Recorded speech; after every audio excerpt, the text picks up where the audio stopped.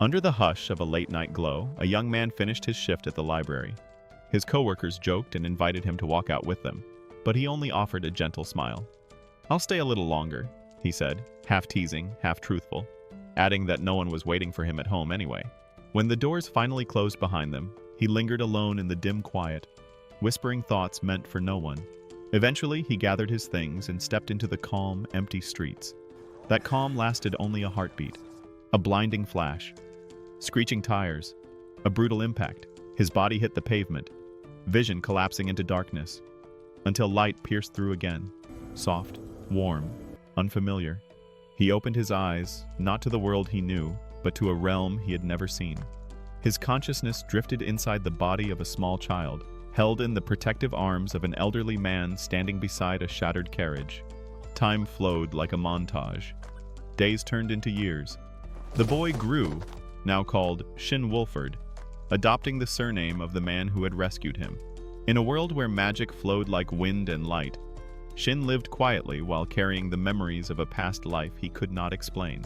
He still had no answer for how he died, or why he had been reborn here. One afternoon, when Shin was 8, he returned home dragging behind him the carcass of a wild boar. His adoptive grandfather, Merlin, stared at him in disbelief.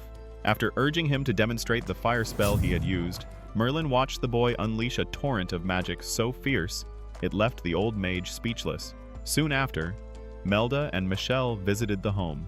Melda froze when she heard Shin had taken down a boar, but the boy modestly credited her enchanted gear, explaining that it boosted his movements far beyond normal. Meanwhile, Mikkel continued to drill him in swordsmanship, footwork, posture, the rhythm of combat. 2 years later, Merlin began teaching Shin tracking magic, the ability to sense nearby demons. He warned the boy of how dangerous these creatures were, but the moment Shin tried the spell, Merlin realized the boy had already mastered it. Shin detected a demon instantly and dashed toward it without hesitation. By the time Merlin caught up, the beast had already been reduced to ashes. The old man stood frozen, realizing just how rapidly the child's power was evolving. Later, back at the house, Merlin quietly confided in Melda. Shin's growth, his raw potential, it was unlike anything they had ever seen, and though not bound by blood, the two already loved him as their grandson. Eventually, Merlin decided to reveal the truth, that he was not Shin's real grandfather. Before he could begin, Shin calmly admitted he had known all along. Merlin still explained, voice heavy, that Shin's parents had been slaughtered so gruesomely that he had barely recognized them when he found them. But Shin only smiled gently. "It's all right?" he said. Merlin trembled, unable to understand his composure. Shin explained that he felt no sorrow for people he had never known, and that Merlin, Melda, and Michelle had given him a family, a home, and a life where he had never been alone. He thanked Merlin from the heart. Overcome, the old man could no longer hold back his tears. When Shin turned 15, Merlin's friends gathered to celebrate. Amid the laughter and chatter, a man named Diem casually asked Shin about his future plans. The boy admitted he wasn't sure yet, unaware that Diem was in fact the king of a nation called Earlshide. After the celebration, Merlin escorted everyone to Shin's training grounds through a portal that looked like teleportation itself. None of the visitors had ever seen such magic, and the surprises were far from over. At the field, Merlin nudged Shin to demonstrate the spell. Shin hesitated, unsure which one he meant, but Merlin only repeated the words with a knowing grin. With everyone watching, Shin pictured the form and unleashed it. A plume of blue fire, unlike anything this world had ever witnessed, erupted from his hand. He struck forward, and the entire training ground shuddered under the explosion. Shock and awe rippled through the group. Melda, clinging to Merlin, shouted at him in disbelief, demanding to know what on earth he had been teaching the boy. When they returned home, King Diem addressed Shin with a grave tone. He warned that if other nations learned of Shin's power, the world could plunge into chaos. Shin listened, confused, unable to grasp the sudden heaviness in the air. After a long discussion, Diem delivered his decision. Shin must attend a magic academy. There, he could learn the limits of his power, and how different he truly was. Still puzzled, Shin finally asked what the king meant by his country. Diem looked at him quietly, then revealed the truth. He was the third king of Earlshide. Shin was stunned. One revelation led to the next. and he soon realized almost everyone around him held far more prestige than he had ever imagined. Even Michael, who trained him with a sword, was the commander of the Royal Knights. Trying to make sense of it all, Shin asked how the king knew Merlin. Diem explained that during the first demonoid attack, the creature annihilated the royal army in moments. When Diem himself was about to be killed, Merlin and Melda burst through the flames to save him. They had been legends, heroes known throughout the capital, and had remained close friends ever since. That was the world Shin had grown into, and the first threads of the fate awaiting him. Their journey soon took them to the capital city. As they arrived, crowds surged forward the moment the people recognized the wise man and the wise woman, titles Marlin and Milda bore after saving both the kingdom and its king from demonic threats. They reached the enormous mansion that served as their residence in the capital, a home so large that it left Shin in awe. He found himself thinking with amazement that his grandparents truly were famous. He settled in quickly and was later invited to stroll through the capital. During this walk, he witnessed several young men harassing a group of girls. Without hesitation, he stepped in and dealt with the troublemakers. The girls were grateful, and one of them poetically remarked that the moon might as well descend and let Shin take its place. Her words startled him, sending his heart racing. They all sat together at a small cafe to talk. The girls introduced themselves as Maria and Cicely, and from their conversation, Shin discovered that both would be enrolling in the same magic academy he was about to attend. When they realized he would be joining the academy as well, they were shocked. With his combat ability, they had assumed he would join the knights directly. Their reactions were genuine and kind-hearted, clearly unaware of the larger circumstances surrounding him. Maria, impressed by Marlin and Milda, commented that if their grandson was entering the academy, he must be remarkable as well. Flustered, Shin chose not to reveal his true identity. After bidding them farewell, he left, but it was clear that Cicely had fallen for him at first sight, and Maria playfully teased her about it.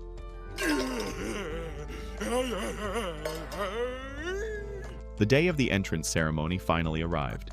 The academy operated under a strict rule. No royalty or nobility could use their social status to impose on others. Every student was to be treated equally, regardless of their background. As Shin checked the board for his class assignment, a young noble behind him yelled for him to move aside and shoved a hand onto his shoulder. Shin reacted instantly, throwing him to the ground. Outraged, the noble demanded to know whether Shin understood who he was challenging, but before he could finish, another voice cut in sharply. A student reminded him that the academy forbade the use of family status, and that any attempt to abuse such influence would be punished. The noble fell silent, lowered his head, and retreated in humiliation. Only then did Shin realize that the speaker was Alg Ars Haido, the son of King Decision. Alg approached Shin warmly, pleased that Shin treated him like an ordinary peer rather than royalty. Nearby, Maria and Cecily watched in disbelief, wondering how Shin had already become acquainted with the royal heir. The entrance examinations began soon after. A written test followed by an evaluation of magical power. Shin was excited. It was his first time seeing people his age use magic, but to his surprise, their spells were incredibly weak, despite the pride with which they cast them. When Shin's turn came, the examiner instructed him to destroy the target. He suppressed his magic as much as possible, yet even then, the resulting explosion obliterated the entire field, leaving everyone speechless. When the exam results were posted, Shin ranked first in the entire academy. As the top scorer, he was asked to give a motivational speech to the new students. Maria and Cecily had both passed as well, and Cecily was amazed by Shin's talents, his physical strength, his prodigious magic, and now his academic excellence. The noble who had confronted Shin earlier, however, was enraged by the outcome and began whispering baseless accusations that Shin must have cheated. Around this time, Melda sent Shin a set of special clothes enchanted with extraordinarily complex magical inscriptions, patterns so advanced that even modifying them was considered nearly impossible. Shin, however, casually enhanced them even further. When Melda discovered what he had done, she was horrified and warned him sharply not to tell anyone, insisting that such a display of ability was dangerous and could lead to catastrophe. During the opening ceremony, the students gathered as Shin Wolford's full name was announced. As always, crowds of admirers swarmed around him. Maria and Cecily stood frozen in shock. Only then did they realize that Shin was the grandson of the wise man and the wise woman. After delivering his speech, Shin dismissed the attention and headed to his assigned class. But Maria and Cecily soon approached him with troubled expressions. Maria explained that someone had been harassing Cecily, controlling her, threatening her, and the two girls no longer knew how to handle the situation. Shin's expression darkened with anger. Before he could respond, the culprit himself appeared, shouting at Cecily for speaking to another man. It was the same noble from the first day, Carto. He reached for Cecily, but Shin stepped between them and blocked him. Carto demanded to know why Shin was interfering with his fiancée. When Shin asked Cecily if the claim was true, she quickly clarified that she had rejected Carto repeatedly, but he refused to accept it. Shin reassured her, telling her gently that he would protect her. Carto only smirked and threatened that since Cecily's father worked under his own in their company, he could have the man fired at any moment. Before Shin could answer, August's voice rang out from behind them, stating that this was the second violation of Academy rules and that Carto was now threatening her through her father. He warned that the offense would not be ignored. Carto's bravado collapsed, and he stormed off in humiliation. August then joked to Shin that he was just trying to look cool in front of Cecily. Shin, however, focused on helping the girls and decided to bring Maria and Cecily to his home to ask Melda if she could create a magical uniform to protect Cecily. Maria was ecstatic. Visiting the home of the wise woman was a rare honor, and August chose to accompany them. At Shin's house, they recounted everything that had happened. Melda studied Cecily and remarked that Shin seemed serious about wanting to protect her. She then told Cecily that before crafting anything, she needed to know whether the girl truly deserved such an item. What Shin intended to have made was essentially a national treasure, and Melda wanted to hear Cecily's thoughts. Overwhelmed, Cecily insisted she deserved nothing, that she had taken advantage of Shin's kindness and could not accept something so valuable. She rose to leave, tears forming in her eyes. Melda called her back. She said that had Cecily accepted without hesitation, she would have sent her away. But Cecily's sincerity and humility showed she truly was a kind and respectful girl, and therefore worthy. Shin added that he had never felt taken advantage of, and had been glad she trusted him. Melda apologized for making her uncomfortable, and pulled her into a warm embrace, and Cecily broke down in grateful tears. Melda then brought her to try on the new uniform. Meanwhile, Merlin, feeling slightly sidelined, watched Shin with a small, faint smile. Soon everyone gathered to observe as Shin inscribed enchantments onto the uniform. They were astonished by his precision and magical ability. Even the king commented privately that Shin's work needed to remain secret, warning that wars would erupt if the world discovered the extent of his capabilities. Afterward, Shin added enchantments to the uniforms of August, Cecily, and their friends. As they were preparing to leave, he demonstrated his teleportation magic, showing them how he could instantly travel to any place he had previously seen. The group was stunned, ending an extraordinary and unforgettable day. The next morning, Shin accompanied Cecily to the academy. Their bond deepened with every moment, and it had become clear that love was beginning to grow between them. Throughout the trip, Shin kept his detection magic active, prepared to intercept any threat that might emerge. At the academy entrance, a professor greeted them and guided them on a tour of the various departments and available courses. During the tour, Prince August suggested that Shin establish his own department, arguing that his magical power far exceeded that of any existing group. Excited students immediately voiced their desire to join him. Shin initially refused, but the moment Cecily declared she would enroll in his division, he changed his mind. And so the Ultimate Magic Division was born. Meanwhile, at the royal palace, the king met with his advisors to discuss a rising danger facing the kingdom. The number of demons had been climbing rapidly, threatening the nation's stability. These demons had once been human, though no one understood how or why they had transformed. Elsewhere, in the mansion of Carto, the noble who had insulted Shin, Carto was being severely punished by his father for his behavior at the academy. In his rage, he shouted that everything was Wolford's fault and vowed revenge. His eyes began to shift unnaturally, as if something dark and sinister were overtaking him. Horrified, his father struck him and ordered the servants to lock him in his room. When Shin heard what had happened, he felt relieved knowing Cecily would no longer be threatened, but he did not stop there.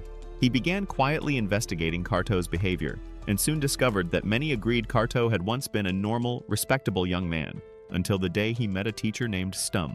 From that moment forward, everything about him had changed. Later, at the Carto household, Stum arrived for a visit. Carto's mother greeted him in tears, pleading, "Please help my son. I don't know what's happening to him anymore. Strom answered with a sly grin. Don't worry, and stepped inside. Once in Cardo's room, he cast a spell that made the boy's eyes flare bright red, an unmistakable mark of demonic transformation. Strom left moments later with a cold, satisfied expression, as if everything was unfolding exactly as he intended. Back at the academy, Og informed Shin that Cardo had been disciplined, and that he no longer needed to escort Sicily to school. But Shin smiled and said, "We live in the same direction. I don't mind walking with her." Sicily stood by him and nodded, confirming his words, creating a quiet yet touching moment between them. As the conversation continued, the group grew curious about Shin's detection magic, how he could instantly sense malicious intent nearby, even that of a demon. Everyone was stunned, unsure how such a skill worked. So Shin told them the story of killing his first demon at the age of 10, leaving the others speechless at his strength. They eventually went outside to stretch and train, but suddenly Shin froze, sensing a malicious force rushing toward them. In the next instant, Cardo appeared, fully transformed, and launched a brutal assault. He would have killed everyone had Shin not leapt forward and deployed a barrier just in time. The force of the spell burned Shin's entire arm, but his magical suit's auto-recovery function activated, healing the damage on its own. Shin turned to August and ordered sharply, "Take everyone and run right now." Og refused. "We're not leaving you, we'll fight together." But Shin barked back, "You'll just get in the way. Take them and go." Understanding the urgency, August obeyed and led the others away, sending 2 students ahead to alert the academy guards. The battle between Shin and Cardo began. Consumed by rage, Cardo roared, "I won't stop until you're a corpse!" Shin was shocked. Not only was Cardo transformed, he could still speak clearly. Shin dodged his attacks and tried to use magic to return him to normal, but Cardo's fury only escalated. He unleashed a self-destruction spell strong enough to obliterate the entire academy.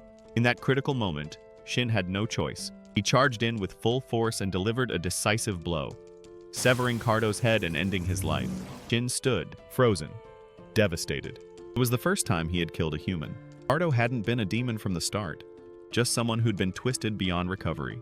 Soon after, August and the others arrived, stunned by the overwhelming power Shin had displayed and the fact he had single-handedly defeated a human-demon hybrid.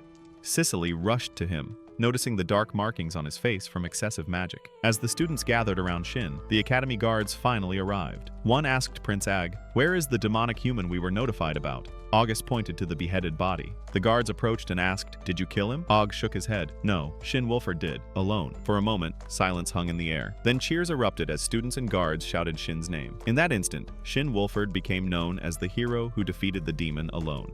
The next morning, as students arrived at school, Strom stood silently at the site of the battle, surveying the aftermath with a glint of satisfaction. "It seems the experiment was indeed a success," he whispered. Meanwhile, Shin sat in a room with Alg, lost in thought, replaying everything that happened. In a quiet voice, he asked, "Can a human really turn into a demon that easily?" Alg shook his head. "No. There's definitely something unnatural about all this." Shin remembered how Cart still spoke clearly after his transformation. Someone had to be behind it. Determined, Shin went to inform Merlin, but was surprised to find King Deshin present. The king had come personally to honor Shin for defeating the demon. Merlin, however, was visibly displeased. He did not want Shin entangled with the government or military, fearing old tragedies would repeat themselves. The king explained, "During the appearance of the first demonic human, our army was annihilated. No one could stop him, and the people lived in fear. But now another has emerged and been defeated. The people must know who their savior is so they can finally feel safe." Slowly, Merlin understood the necessity. The king stepped forward and bowed, asking for his permission. Merlin agreed, but warned sternly, "If I ever feel you intend to drag Shin into the military or the government, I will take him and leave the country immediately." The king smiled. "Don't worry, that will never happen." As Shin walked through the capital, people stared in admiration. He was the hero who had defeated the demon alone. A group of girls watched as Maria and Sicily proudly walked beside him. One whispered, "Is one of them his fiancée?" Sicily overheard and blushed deeply. Shin, noticing her embarrassment, apologized. "I'm sorry if people's words are bothering you." She shook her head with a gentle smile. "Don't worry. Everything's fine. In fact, I'm very happy." When they reached the academy, large crowds had gathered. students eager to join Shin's group. The teacher was astonished. If he accepted all of them, the other divisions would be empty. So he held an entrance exam instead. In the end, only 2 passed. Mark, the son of a famous blacksmith, and Olivia, whose family owned a sweet bakery. The group welcomed them warmly. Shin approached Mark and asked him to forge a new sword. Mark, startled, replied, "I doubt I can craft a sword better than the one you used to slay that demon." Shin smiled calmly. "That was just an ordinary sword. I only enhanced it with a high-speed vibration enchantment. That's what let it cut through anything. All I need now is a sharp, solid weapon I can rely on." Mark nodded eagerly. "All right. I'll craft exactly what you need." Elsewhere, King Dayan had already set a secret plan into motion to uncover who was responsible for transforming humans into demons. His primary suspect was Strom. He dispatched 2 top-ranking officers to interrogate Stum, who appeared detached and distant, as if deliberately disconnecting himself to avoid revealing anything. The officers began their questioning, asking how he could see through the cloth covering his eyes. Strom replied calmly that he used a type of magic. One of the officers, sharp and perceptive, shifted to indirect questions, circling around the topic until Stum inadvertently admitted more than he intended, muttering that he had never expected Cardo to turn into a demon and die. The officer immediately told him they would be taking him to see the scene, explaining that, as a high-ranking magician, he might be useful in their investigation. Stum agreed. At the same time, Shin and his friends were finalizing the design of the new sword and beginning its construction.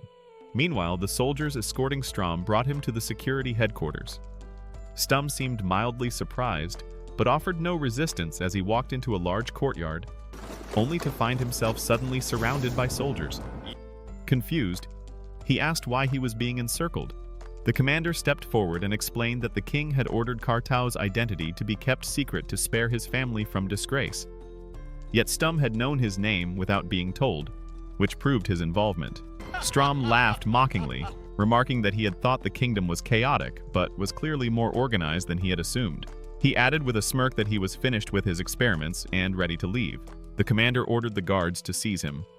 During this, Shin and his friends were walking through the city toward the smithy when a violent tremor shook a nearby wall. They rushed toward the source and found Stum surrounded, though none of the soldiers dared to approach him. One officer cried out that he was the man who had turned Kartau into a demon. Hearing this, Shin's fury ignited. Realizing that Strom was the reason he had been forced to take a human life, he launched a ferocious attack. Strom quickly raised a magical barrier and dodged, but Shin pressed forward, shattering the ground beneath him to break his balance. Then Stum suddenly ascended into the sky. Shocked, having never seen flight magic before, Shin activated the device attached to his leg and took off after him. In midair, Shin struck and sliced through the cloth covering Stum's eyes. A glowing red eye was revealed. Stum was a demon as well. Enraged, Strom shouted that he had intended to keep his identity hidden and warned Shin that he would not escape alive. Before he could finish, Shin unleashed a concentrated blast of sunlight, the spell hitting Strom directly. Stum disintegrated into nothingness. Even with Strom gone, Shin felt uneasy, as if the matter was not truly resolved. One of the officers approached him and placed a hand on his shoulder, telling him with pride to hold his head high, as he had saved them all and should not grieve. Another stepped forward and asked how he had defeated Strom. Shin explained that he had used sunlight as an offensive energy source, astonishing everyone with his quick thinking and overwhelming strength. The day drew to a close, and Shin returned home with his companions. On the way, they encountered Melda, who quietly asked Maria whether there was something between Shin and Cicely.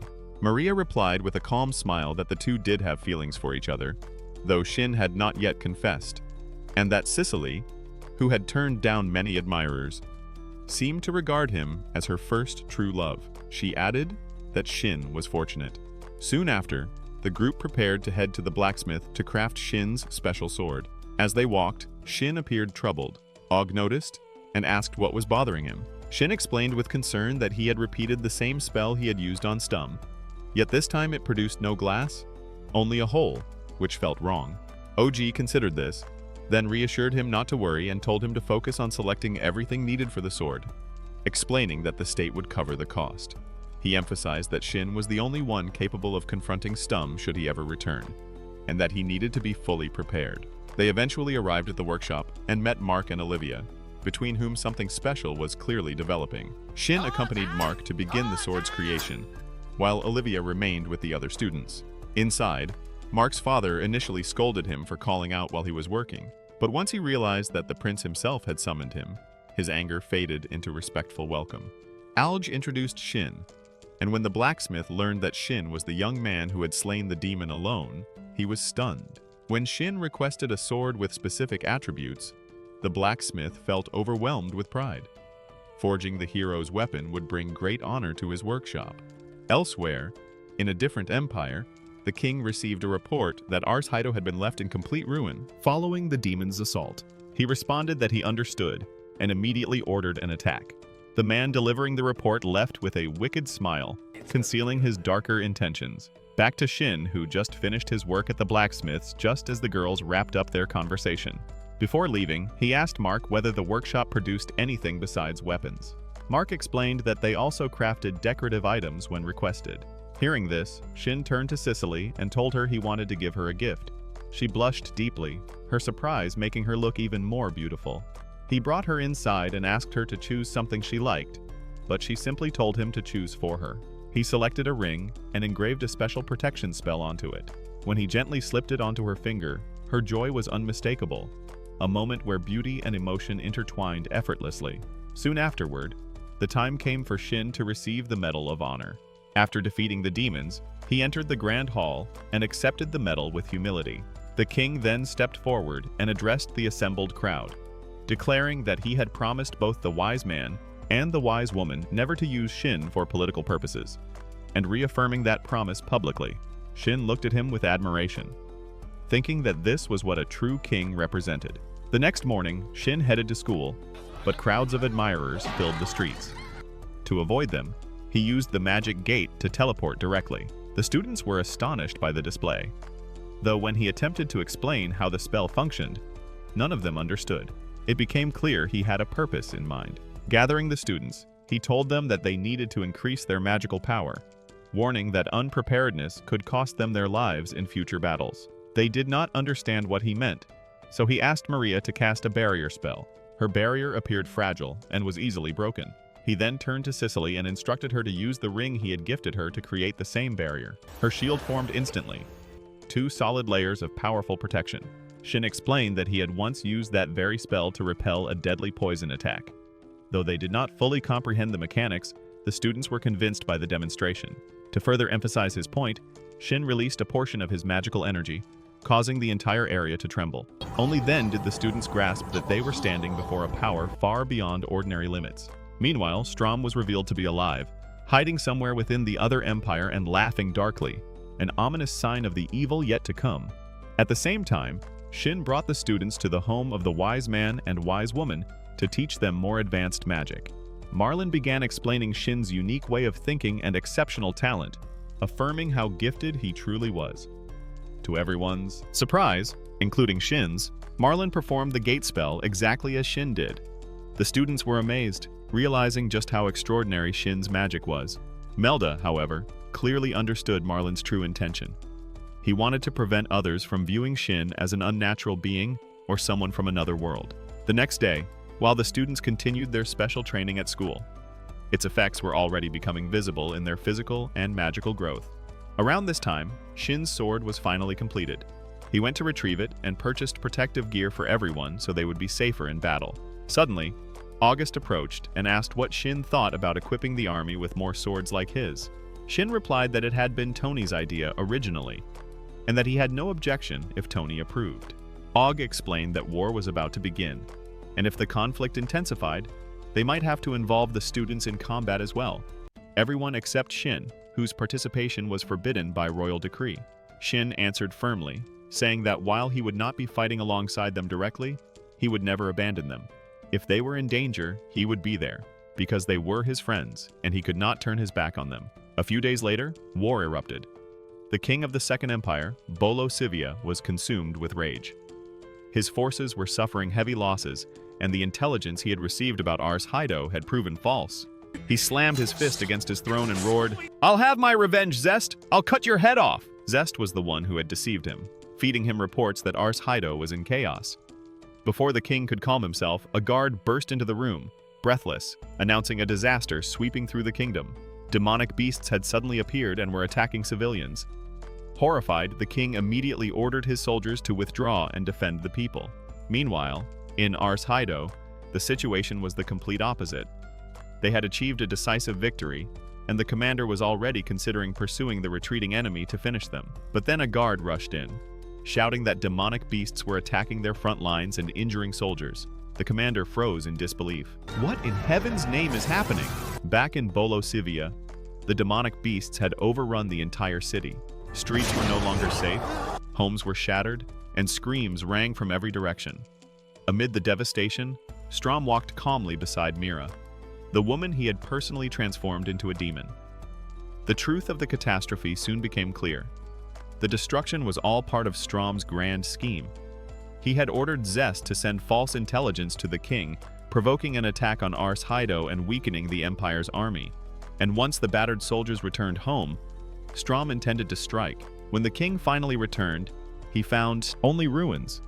The city lay in ashes, its people slaughtered. He staggered into his palace in disbelief, only to discover Strom sitting proudly on the throne, smirking with contempt. "Welcome back, your majesty," Strom mocked. Before the king could speak, Strom bound him with magic and ended his life in an instant. With that, Strom declared himself the new ruler of the Bolosivia Empire. Ars Haido's army soon reached the Empire's border and stood stunned by the devastation before them. Homes reduced to rubble, corpses scattered everywhere, and misery filling the air. Suddenly, Strom's voice echoed across the wasteland. "Welcome to the capital. Such an honor to have you here." The commander instantly understood that every tragedy they had endured was the result of Strom's carefully laid deception.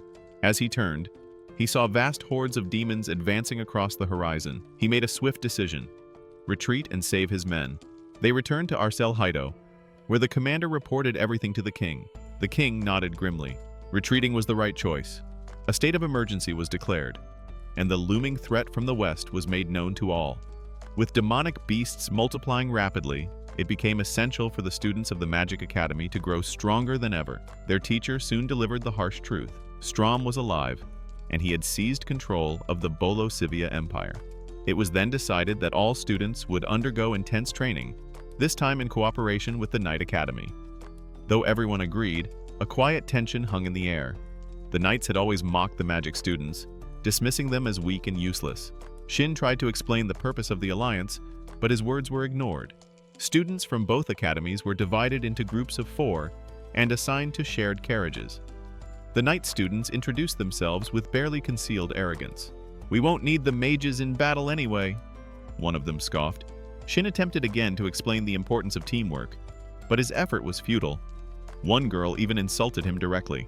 "Don't get cocky just because you defeated a demon." At that, Org smirked. "All right then, Shin, don't kill any demons. Let them prove their worth." Shin answered calmly, "As you wish." They soon arrived at the Enchanted Forest, where Zeke and Chris served as supervisors, both widely respected by the students. Org told them what happened and added, "We'll let the Knights show us what they can do." After only a few minutes of walking, a massive demonic boar burst from the trees. The Knights charged bravely, but they were quickly overpowered and severely injured. Shin immediately rushed forward and destroyed the beast in an instant, revealing the overwhelming difference in strength. Cecily hurried to the fallen students and healed them with gentle, focused care. Humbled, the Knight students apologized for their earlier arrogance. Tension gradually melted away, though Shin couldn't hide the small spark of jealousy he felt seeing Cecily surrounded by grateful Knights. Moments later, 2 students came sprinting toward Zeke, shouting that more than 100 demonic beasts were heading toward them. Shin stepped forward. "Let me face them alone." Zeke hesitated, then nodded. "Very well, but be careful." Terror spread through the group as the horde approached, but Shin stood firm, summoned a devastating spell, and wiped out the monsters in seconds. Only then did the Knight students understand the true strength of the mage they had mocked. The same girl who had insulted him stepped forward, apologized, then turned to Cecily. "I'm sorry I insulted your boyfriend." Both of their faces flushed red, revealing what everyone had already suspected. It was awkward, heartfelt, and strangely sweet. From that point on, the team worked as one. Every person recognized the value of the other, And the knights finally understood that magic was just as vital as the sword. Later that afternoon, Zeke approached Shin with a seriousness that immediately drew the attention of everyone nearby. The sunlight filtering through the trees cast long shadows behind him, yet the tone of his voice was bright with admiration. "Your squad's level is exceptional," Zeke said, stopping just a step away from him. "You may be the best mages in the entire empire." Shin blinked, slightly taken aback by the praise. He didn't puff out his chest or boast. Instead, he scratched the back of his neck with a sheepish smile and replied modestly, "Maybe. I mean, I'm the one training them after all, but the most important thing is humility. Power without humility becomes dangerous." There was no arrogance in his words, only a calm conviction. Zeke nodded, then took a breath as if preparing himself. "In that case, would you allow me to join your team?" But before Shin could even open his mouth, Org stepped between them like a wall of muscle and authority. "You're part of the military," Org said with a firm expression. "If you joined them, it could spark political issues, maybe even diplomatic complications." Zeke exhaled slowly, accepting the reality of it. "I understand. In that case, is there anything new I should know? Anything I should focus on?" Org crossed his arms, looking every bit the seasoned warrior he was becoming. "Yeah, here's my advice. Increase your magical energy every single day. That's the key to becoming powerful. Look at the barriers Maria and Cecily created.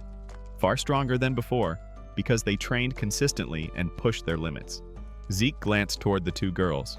Both were demonstrating a dual-layered magical barrier, clean, steady, and far more refined than anything they could conjure just a few weeks earlier. The transparency of the outer shell and the shimmering density of the inner layer showed precision that could only come from relentless practice. He wasn't the only one impressed. The rest of the squad stood nearby, working in near-perfect coordination, their motions synchronized like gears of a well-crafted machine. Their teamwork now seemed effortless, almost instinctive. Yet, even with all these achievements surrounding him, Shin's expression dimmed. A faint shadow of sadness crossed his features as he spoke quietly, almost to himself. "I feel like teaching you this kind of magic may have changed the course of your lives, and it might bring you trouble one day." The others turned toward him, surprised by the heaviness in his tone. Org stepped forward and rested a hand on Shin's shoulder. "You're right," Org admitted. "There's a good chance you'll become an elite unit in the future. And that kind of power, it'll attract the attention of other nations. Maybe unwanted attention." But before doubt could settle in, the boys straightened their backs and spoke in one voice, strong, confident, and unified. "We're proud of what we've become. You've shown us the way, Shin." The sincerity in their eyes hit Shin harder than any magical blast, and in that moment he smiled, an honest, genuine smile that reached deep into his weary heart. It had been a long time since he felt happiness so clearly. With renewed energy, he led them all to the training grounds. Their footfalls echoed across the stone floor, and the air hummed with magical tension. It quickly became obvious just how much they had grown. Every movement was sharper, every spell cleaner, every stance grounded in discipline. Org watched the boys push beyond their limits and muttered under his breath, almost reverently, "No one must know about these guys." Shin answered without worry, "Don't stress. This place is where I used to train. No one has ever come here before." At that moment, Org called everyone together and his voice took on a grave seriousness. "I want to tell you something. A state secret. I'm only telling you because you're no longer ordinary kids." The boys fell silent. Org retold the events in the Second Empire. The destruction, the slaughter, the horrific scale of devastation. As his words painted the grim picture, the entire squad stood frozen, their faces pale with shock and grief. "With every attack," Org said grimly, "the number of demons grows more and more. It seems we'll have to face them very soon." Shin's eyes narrowed in thought. I wonder what Strong is planning. There was an uneasiness in his chest, a feeling that their enemy's strategy extended far beyond what they understood. To prepare for what might come, Shin made a decision. "We should set up a summer training camp." Everyone agreed immediately, even enthusiastically. But then came the question, where would they stay? After a bit of discussion, they settled on Cecil's house, her family-owned hot springs, making it the perfect place to train hard and recover comfortably. Soon after, Shin told Merlin and Melda about the plan. Both approved, though Melda raised an eyebrow. "I'll be going with you," Melda declared. "Boys and girls shouldn't be together without supervision." Merlin chuckled, stroking his beard. "And I'll help with the training. It might be good for me to stretch my legs. Preparations began immediately. Bags were packed, carriages loaded, and excitement buzzed through the group as they set off. Along the way, a small pack of magical beasts appeared, but compared to their current strength, these monsters were laughably weak. One female student stepped forward and dispatched them in mere seconds, barely breaking a sweat. Their growth wasn't just noticeable, it was astonishing. When they finally arrived at Cecil's home, her family greeted her with warm smiles and open arms. The smell of fresh wood, natural minerals, and steaming water filled the air. It felt safe, almost like arriving at a second home. That evening, they all entered the hot springs. Warm water lapped at their shoulders, melting away fatigue. Mist curled through the air like gentle spirits. Merlin looked around the peaceful scene and smiled softly. "Thank you all for becoming Shin's friends," he said. "When he was young, he was always alone.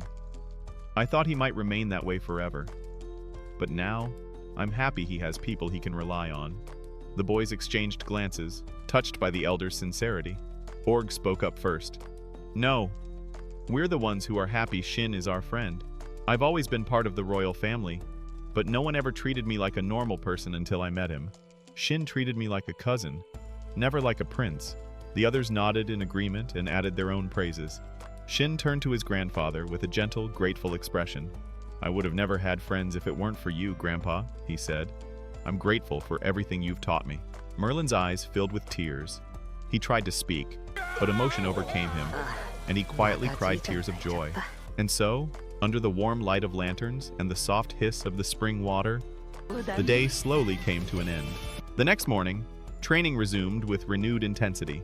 Merlin oversaw the magical drills with his usual calm authority, while Melda guided the students in crafting magical tools, her precise hands moving with the ease of a master artisan. Watching his family support the students so wholeheartedly filled Shin with quiet joy. He remarked that if everyone else was growing stronger, then he should elevate his own power as well. The boys froze instantly. Their expressions tightened with panic, and several of them instinctively backed away. Shin reassured them that he would keep things under control, then began forming a spell so dense with power that the air around him rippled like heated glass. He erected a protective shield around the group, and even from within it, the pressure was overwhelming. Then the spell detonated. A deafening shockwave shook the land, and an explosive flash tore across the sky. When the dust settled, 4 entire mountains had vanished from the horizon, cleanly erased. Melda's outraged voice cut through the silence as she scolded Shin for the unnecessary destruction. But even she couldn't hide her amazement. The others stood stunned, then slowly erupted into laughter, relief, and admiration. With that, the day's training came to an abrupt end. Afterward, Al asked Shin to take him to the palace so he could keep up with reports on demon activity. His diligence impressed everyone, and Shin agreed. Using his teleportation magic, he brought the prince straight to the palace gates. There, a girl awaited them, Ag's fiancé. She greeted Shin with impeccable etiquette before immediately scolding Ag for relaxing at a resort while leaving her behind. She declared that she would accompany them step for step from now on, but the surprise did not end there.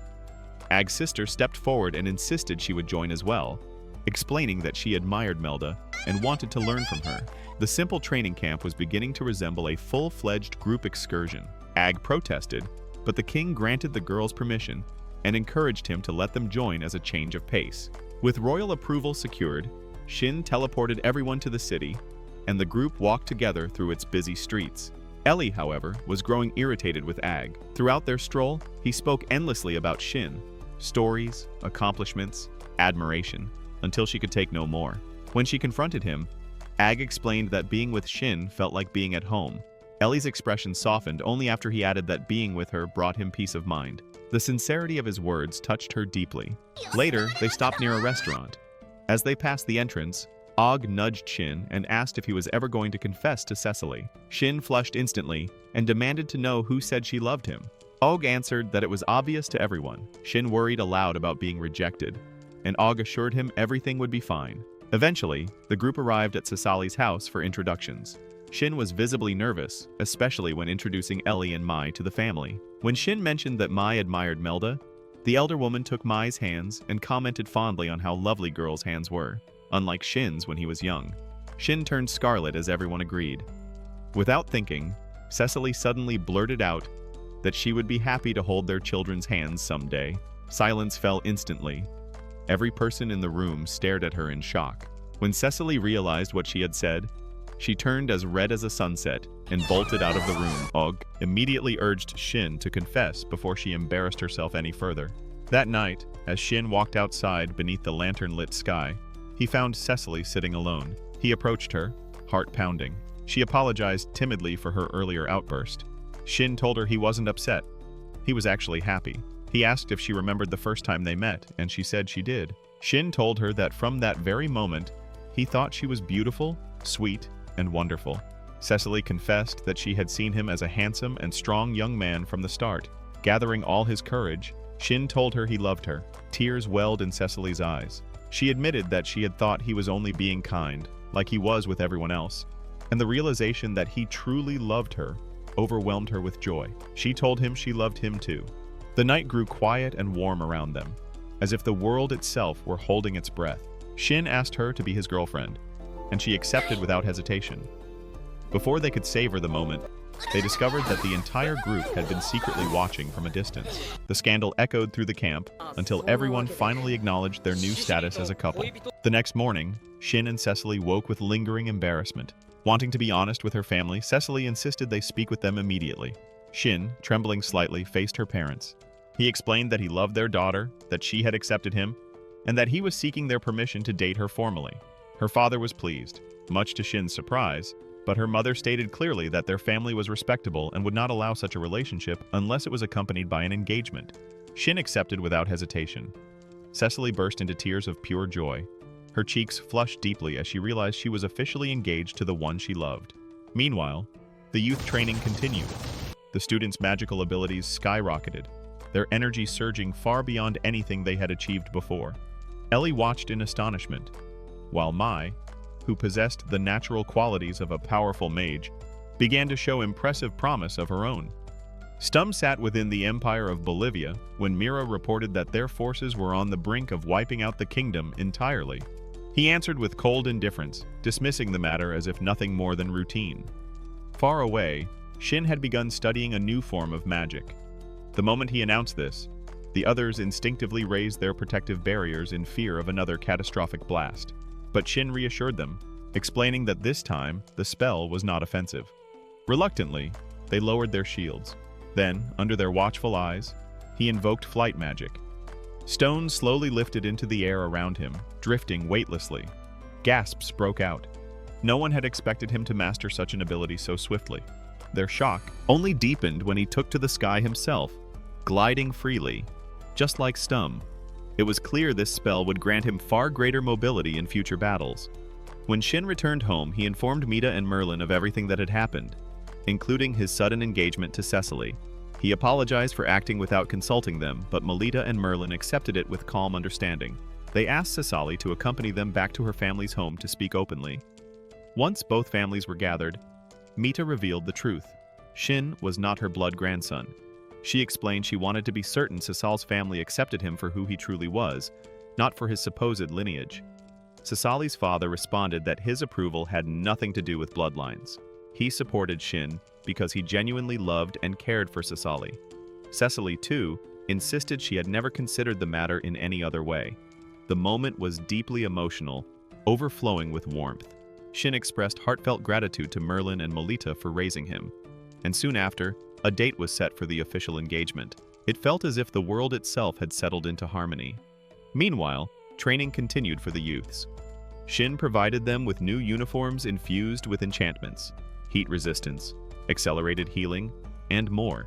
They needed this protection, for they were about to face Calamity-class monsters, among the most dangerous demonic beasts in existence. Although exhausted, the group pressed on. Shin encouraged them, insisting they were now strong enough. Their first challenge was a towering demonic lion. Shin sent 5 of them forward. Despite trembling with fear, they confronted the beast head-on and ultimately erased it from existence. Their victory ignited courage in the others, who then defeated their own demonic opponents one by one. Progress surged.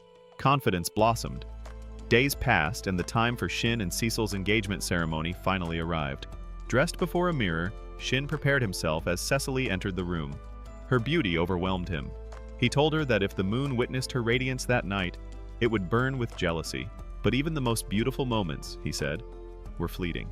Cecil's mother stepped in, announcing that everyone awaited them outside. Together, Shin and Cecily emerged in their full splendor. The king and the gathered guests looked on with admiration before officially declaring their engagement. Celebration erupted, and the ceremony flowed with joy until its final moments. Later, when Shin and Cecily were alone, he produced a ring and confessed that he was breaking the formal order a little, but asked if she would accept becoming his wife. She agreed, and he slipped the ring onto her finger. Her happiness was radiant. The next morning, the boys were soaring through the sky.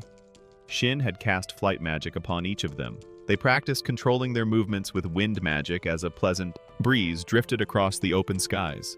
Then Shin's voice echoed through the air via a microphone he had invented, calling them to land.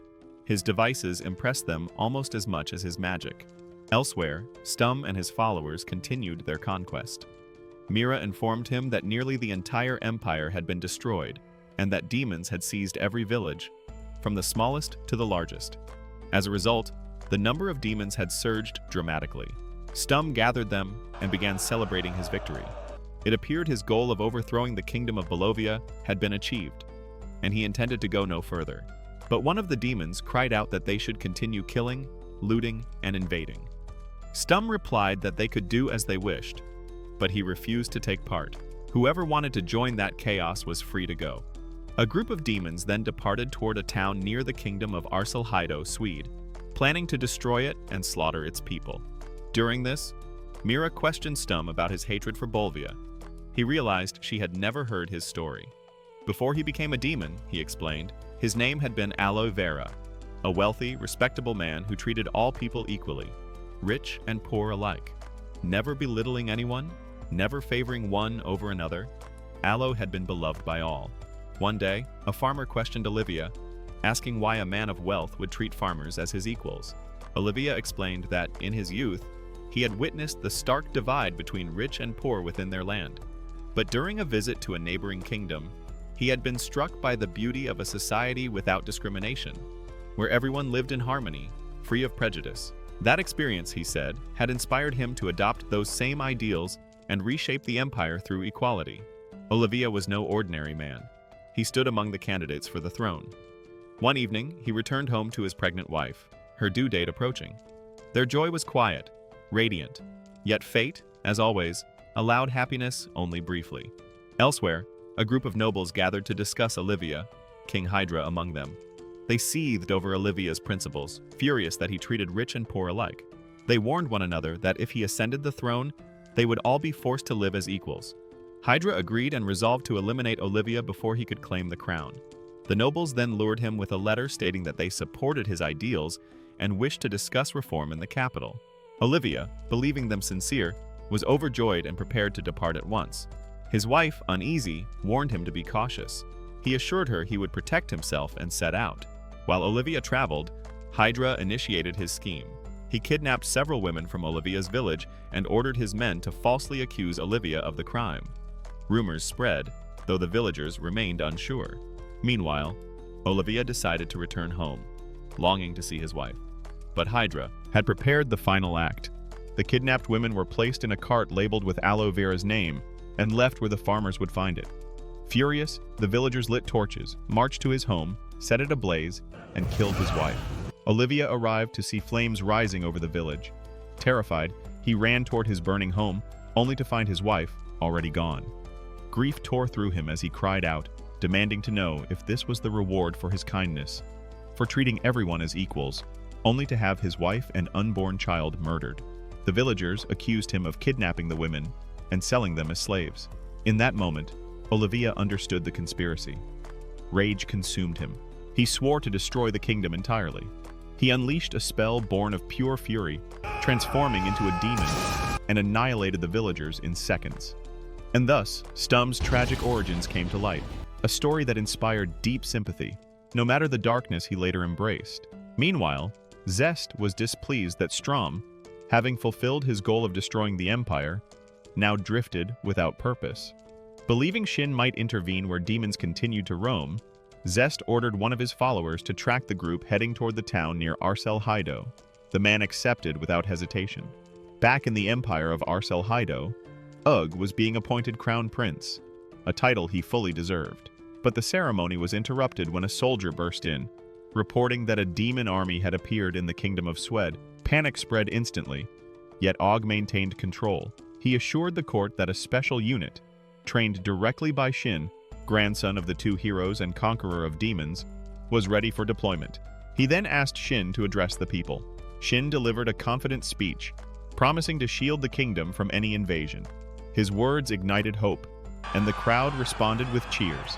In a striking display, he soared into the sky, a vision of power and resolve. As Shin and his unit advanced, the demons had already reached the borders of Swede. The border guards sent alerts throughout the defense lines. Soldiers, mages, and support units rushed to fortify their positions.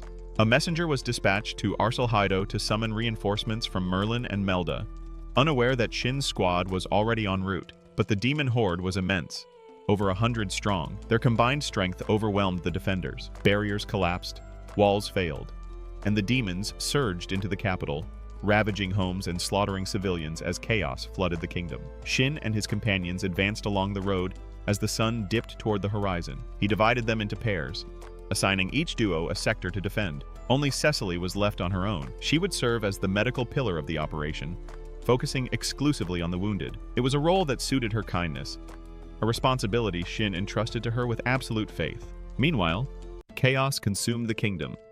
Demons had swept through the capital like a black tide. Amid the carnage, a mother fled with her daughter clutched to her chest, the demons closing in on them with murderous intent. Just as one raised his arm to strike, Shin dropped from the sky like a thunderbolt, his kick obliterating the demon's stance and launching it across the street. He reassured the trembling mother and child, then dispatched the remaining demons in clean, decisive strikes. He told them reinforcements had arrived, that the kingdom would not fall. Their terror melted into relief as they escaped to safety. Nearby, Shin exchanged instructions with Cecily. What neither of them noticed was the shadow moving behind rubble. Lawrence, one of Zest's soldiers, observing silently. He had come to test Shin's strength and used every trick he knew to avoid detection. The tension in the air sharpened. At the city's highest vantage, Og rose above the chaos with a microphone in hand. His voice boomed across the battlefield, rallying soldiers and civilians alike. He declared that the ultimate magicians stood between the people and destruction, and that the demons would now be crushed. A wave of cheers erupted from the streets below as the battle began in earnest. The magicians unleashed their power. Their mana surged like wildfire, overwhelming demon after demon. Each pair hunted down a target and ended it with coordinated precision. But danger struck elsewhere. A squad of demons stormed toward the hospital where Cecily was stationed. Shin had predicted this, assigning Mark and Olivia to guard her. They engaged swiftly, cutting down the invaders before they could breach the entrance. Shin himself carved through demons alone, leaving shattered bodies in his wake. None could withstand even a moment of contact with him. From his hiding place, Lawrence watched in shock, realizing that Shin's power dwarfed anything he had anticipated. Elsewhere, August and Maria confronted the demon leader. They attempted conversation, hoping to understand his motives, but he craved only destruction. Maria launched a surprise attack, but it failed. The demon countered and struck her, her armor absorbing the worst of the blow, though she still staggered back wounded. Enraged, she retaliated. He blocked her assault with a magical artifact looted from a fallen soldier. Alg and Maria exchanged a glance, then struck in tandem. Rapid, consecutive blows. Their combined force shattered the demon's barrier, and before he could speak, the royal thunder spear pierced his heart. Back at the palace, the king felt a rare sense of relief. He observed the battle from afar and murmured that the tide seemed to be turning. Zest, however, watched with an entirely different reaction. Shin's sheer strength forced him to reconsider everything. He called for the demons to regroup and ordered a retreat, summoning Mira to ensure their escape. Mira descended upon the kingdom like a calamity. She obliterated the gate, set fire to everything in her path, and challenged anyone brave or foolish enough to approach her. The battle's intensity spiked instantly. Cecily continued healing the wounded. Her magic saved many lives that day, but then a woman collapsed before her, sobbing and begging Cecily to save her husband. Cecily rushed to him. His wounds were grievous. Blood poured from a gash too deep for normal healing magic. She attempted to stop the bleeding, but his life hung by a thread. Shin suddenly sensed Mira's immense mana. She tore through the guards. No one could stand against her. Two of Shin's squad members engaged her, but were swiftly overpowered. Even when one girl thought she had defeated Mira with a spell, Mira retaliated instantly and brought her crashing to the ground. At that moment, Lawrence sent a signal spell ordering the demons to retreat. Many obeyed, fleeing at once, but they would not escape cleanly. Shin unleashed one of his strongest spells, a beam of concentrated destruction that cut across the battlefield like a blade of light. Most demons were annihilated. Only those shielded by their comrades survived. Shin considered pursuing them but sensed an even greater threat: Mira's monstrous energy. By then, Mira had pummeled several squad members into near senselessness, leaving them sprawled on the ground like potatoes, as the witnesses murmured. 2 more attempted to intervene, but it was useless. Mira prepared to finish one of the girls when a voice cut through the air behind her. Shin had arrived. The girl, barely conscious, felt hope surge through her. Shin looked over his battered comrades, fury burning through him. They warned him to be careful, insisting Mira was powerful. He answered quietly, but with absolute confidence, that he was stronger. Shin launched himself at Mira.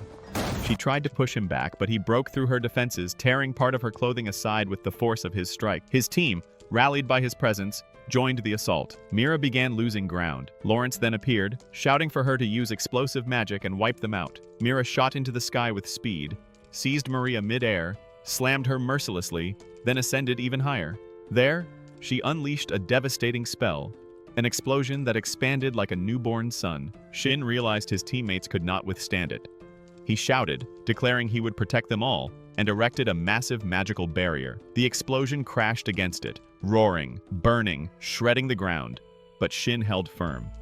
When the blast finally subsided, not a single demon remained. Shin exhaled in relief as he checked on his friends. They were shaken, but alive. The group discussed Mira's extraordinary strength. Og remarked that something was deeply unusual about her power, hinting at a hidden truth, yet unrevealed. The demons retreated, wounded, humiliated. From a distant vantage point, Strum observed the battlefield. With a chilling calmness, he remarked that Shin would soon provide him a great deal of entertainment. We returned to Shin as he hurried to check on Cecily. The sheer number of injured left him stunned, and he immediately called the students over to help. Cecily, completely exhausted and nearly out of magical energy, could no longer stop the bleeding. Tears welled up as she whispered, "My magic isn't doing anything." Her hope was slipping, until Shin stepped in beside her and said, "Don't worry, I'll take care of it." He cast a legendary healing spell, one that analyzed wounds and mended them in an instant. Watching from nearby, Og murmured, "Truly, no one can match you, Shin." The spell worked flawlessly, and the man's condition stabilized. Cecily moved closer and thanked him softly. "You always support me when I'm weak." But Shin shook his head.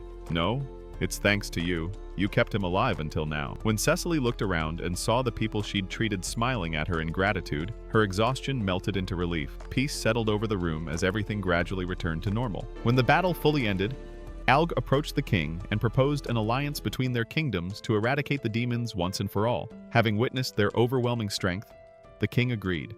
Alg sent the team back afterward, though Shin looked troubled. "If I'd opened the gate here from the start, fewer people would have been hurt." He didn't know it was impossible to open a gate to a place he had never visited. Og clapped him on the shoulder. "I was thinking the same thing. Let's protect the kingdom together, my friend." Merlin and Melda watched them with visible pride. The group returned to the kingdom of Earlside and were greeted with grand celebration. Alg presented a detailed report to the queen, explaining everything that had happened and informing her of the alliance with the kingdom of Swede. Pleased by his efforts, the king appointed him as a liaison between the two nations. Og then asked for permission to travel with Shin, hoping to form alliances with the remaining human kingdoms. The king agreed without hesitation. He also invited Merlin and Melda to join them, and they accepted. The next day, the entire team gathered, said their farewells, and set off toward the beginning of their new journey. And with that, Season 1 comes to an end. I hope it has delighted you all. Until next time.